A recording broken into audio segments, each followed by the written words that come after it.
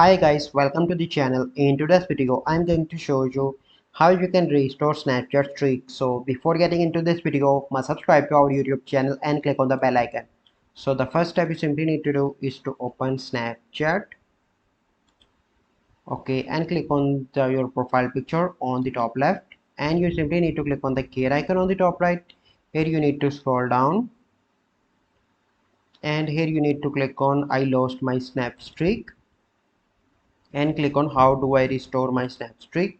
So here you can see that if you recently lost your snap streak, you can restore it with one free snap streak restore or with an in-app purchase from the chat feed or your conversation.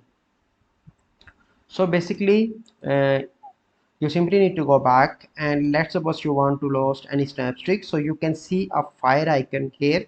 Once you click on that, you can simply restore it, but it is only free for one time. But if you want to do again, so you simply need to do in-app purchases to do that. So I hope you find this video helpful. If you find this video helpful, must like this video, subscribe to our YouTube channel for future videos. We'll see you in the next video.